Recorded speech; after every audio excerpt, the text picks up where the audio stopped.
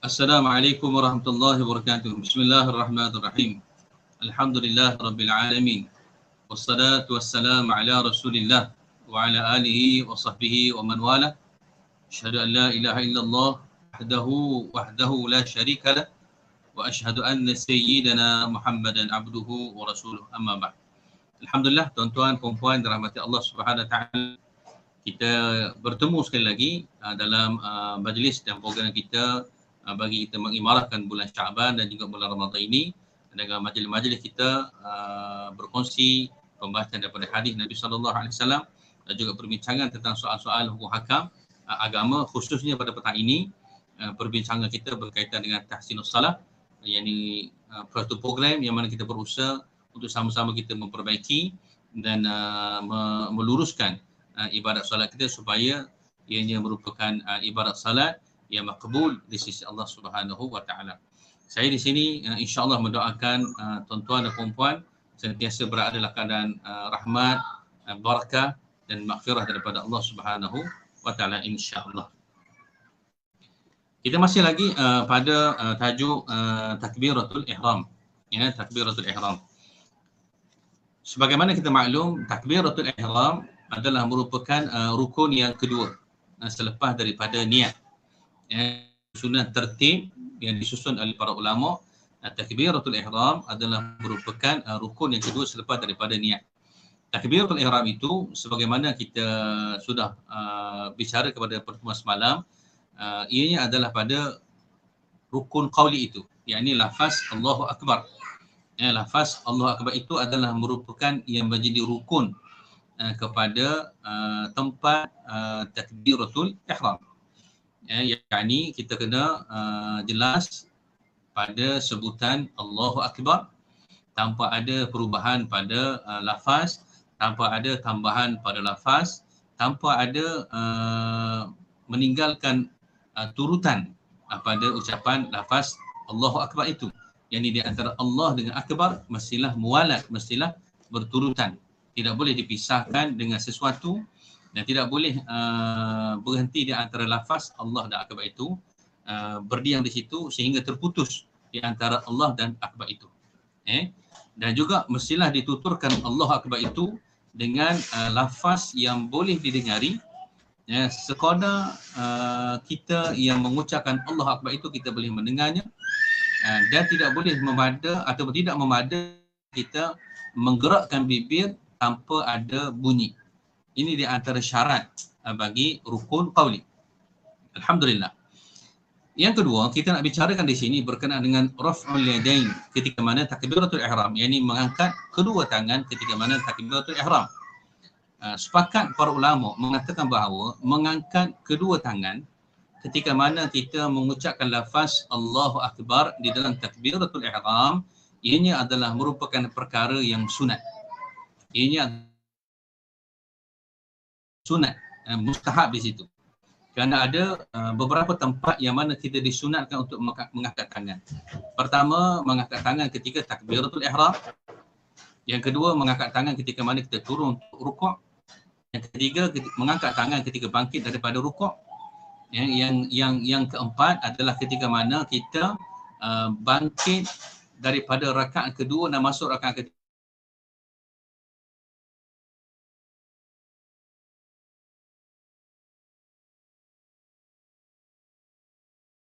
Tak apalah, itu kita akan bincang pada tempat di situ nanti insya-Allah. Dan semalam juga kita dah bincang dua kaifiat bagaimana kita mengangkat kedua tangan. Ini kedudukan ketika mana kita mengangkat kedua tangan. Pertama, kedudukan yang sebegini. Yakni kedua tangan kita, telapak tangan belakang tangan ini menghadap kepada bahu kita dan paras dia adalah sekadar ini. Paras dia adalah sekadar ini. Ini kaifiat yang pertama, iaitu sekurang-kurang kadar-kadar lebih kurang kita kata ujung jari ini sepadan dengan telinga dan ibu jari sepadan dengan cuping telinga. Sekadar begini. Ini kadar paras kita meletakkan tangan. Kaifiat yang kedua adalah paras ini, yang ini hujung jari kita sepadan dengan bahu kita. ini adalah di antara kaifiat ketika mana kita mengangkat kedua tangan ketika takbiratul ihram. Okay. Ini yang disebutkan oleh para fuqaha dalam kitab fiqh mereka.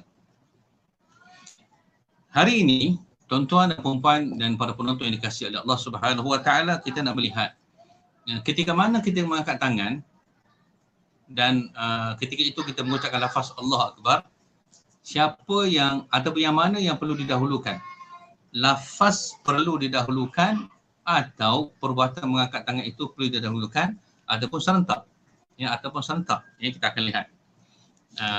Okey. Disebut oleh para ulama di sini. Okey, menurut pendapat yang al-asah, pendapat al-asah ini pendapat yang paling tepat daripada beberapa pendapat. Pendapat al-asah ini pendapat di dalam pandangan-pandangan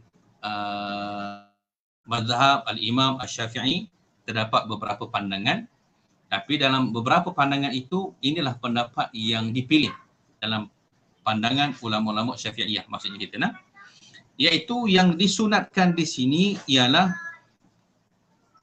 ketika mengangkat tangan serentak bersama dengan lafaz takbir. Mengangkat tangan untuk takbiratul ihram itu, perbuatan dia adalah serentak dengan lafaz takbir. Ini pendapat al-asah. Yang ni bila kita mengangkat tangan, yang ini serentak ketika mana kita mengucapkan lafaz Allah, lafaz Allah, maka ketika itu kita bermula Allah, tangan mula bergerak daripada bawah untuk naik ke atas. Ini adalah sebagaimana ittiba' yang dinyatakan di dalam hadis riwayat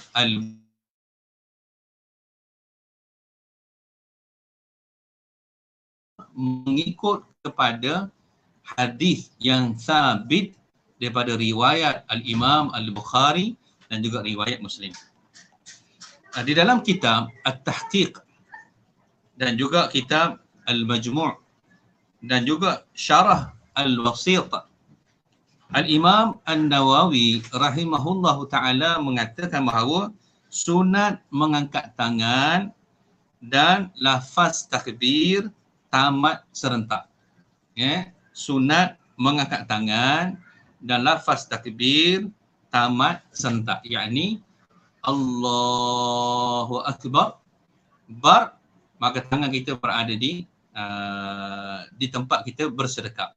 Serentak mengangkat tangan dan apabila bar, tangan kita bersedekat di dada ataupun di bawah dada sebagaimana dalam pandangan mazhab Imam Asy-Syafi'i rahimahullah taala. Jadi tuan-tuan dan puan yang dikasihi oleh Allah Subhanahu wa taala, jelas di sini pandangan yang dipilih ketika takbiratul ihram, yang mana satukah yang sunat ataupun yang afdal, iaitu lafaz takbir dan perbuatan mengangkat tangan itu adalah serentak. Allah, maka tangan dah mula bergerak. Allahu Akbar, bar, maka tangan kita sudah bersedekap di bawah dada. Ini di antara pandangan yang afdal. Walaupun begitu, terdapat beberapa pandangan lain lah. Ada yang mengatakan bahawa mengangkat tangan ketika mana kita tengok pandangan kedua. Pendapat kedua mengatakan bahawa mengangkat tangan sebelum melafazkan takbir. Yang ini sebelum lafaz takbir, angkat dulu. Angkat, sudah berada di atas Allahu Akbar. Pun ada pandangan begitu. Dan juga ada pandangan-pandangan yang lain lah. Cuma sekiranya seseorang sudah menghabiskan lafaz baru dia mengangkat tangan, maka pada ketika itu fadilat pahala sunat sudah luput. Kerana sudah tidak ada di situ. Contohnya satu orang dia lafaz takbir Allahu Akbar, dia angkat tangan. Maka ini tidak ada sunat. Dan ini adalah di antara pendapat disebut oleh para ulama. Tidak ada sunat begitu. Yang dianggap ada nilai pahala di situ, yang paling afdal serentak, ataupun apabila dia ucap dulu, angkat tangan dahulu kemudian Allah Akbar, ini masih lagi ada di situ sudut pahala mengangkat kedua tangan. Tetapi apabila sudah habis lafaz Allahu Akbar, baru angkat tangan, maka perbuatan mengangkat tangan pada ketika itu sudah luput pada tempatnya. Kita nak. So habis di situ berkenaan dengan mengangkat tangan. Ada sikit perbahasan tentang masalah. Setengah orang dia suka mengangkat tangan atau mengucap takbir berulang kali kerana di atas was-was ini datang oleh syaitan. Ya, contohnya dia mengucap Allah, kemudian pada ucapan dia, kemudian dia ulang lagi Allah. Tuan-tuan dan puan yang dirahmati Allah, ini perkara kena berhati-hati kerana apabila seseorang melafazkan takbir yang pertama, Allahu Akbar, kemudian dia tidak niat untuk keluar daripada salat dan dia mengangkat takbir yang kedua, di atas rasa was-was tadi, dan dia tidak niat untuk keluar pada salat, maka lafaz takbir yang kedua itu dia anggap sebagai dia telah keluar pada salat. Maka tidak memada lafaz takbir yang kedua, maka dia kena tambah dengan lafaz takbir yang ketiga. Maka apabila kita lafaz Allahu Akbar, rasa kita niat untuk keluar daripada salat, kemudian bola kita bertakbir kali kedua. Jangan kita semata-mata Allahu Akbar, rasa tak sah Allahu Akbar dan memada dengan dia, tidak memada. Kerana mengulang-ulang lafaz takbir menyebabkan lafaz takbir yang kedua selepas lafaz takbir yang pertama, ianya dianggap sebagai keluar daripada salat. Maka bila kita melafazkan takbir, ada was-was, maka kita niat keluar daripada salat untuk bertakbir kali yang kedua. Walaupun begitu tuan-tuan yang dirahmati Allah, dalam perkara ini sebenarnya kita kena melepaskan perkara ini, bahawa yang kita buat tadi sudah diterima oleh Allah. Kerana was-was dalam salat, was-was ketika mengucapkan lafaz takbir ini adalah merupakan perangkap syaitan, merupakan pedayaan syaitan. Abaikan. Minta pertolongan pada Allah. A'udzubillah minasyaitan ar-rajim. Aku berlindung pada Allah daripada syaitan yang terjang, maka Allah Akbar, cukup. Apa sahaja bisikan yang datang lepas itu, kita anggap ini adalah mainan syaitan dan kita serah pada Allah Subhanahu wa ta'ala. InsyaAllah. Okey, habis ingat berkenaan dengan takbiratul ihram dan kita tidak panjangkan perbahasan dia. InsyaAllah ta'ala pada pertemuan akan datang kita akan tengok rukun yang ketiga, ia berkenaan dengan berdiri. Rukun yang ketiga berkenaan dengan berdiri dan kita akan bahas sikit sebanyak berkenaan rukun yang ketiga ini. InsyaAllah ta'ala. Wallahu subhanahu wa ta'ala alam. Disudahi dengan tasbih kafarah subhanakallahu. Asyhadu an la ilaha illa anta astaghfiruka wa atubu ilaik. Assalamualaikum warahmatullahi wabarakatuh.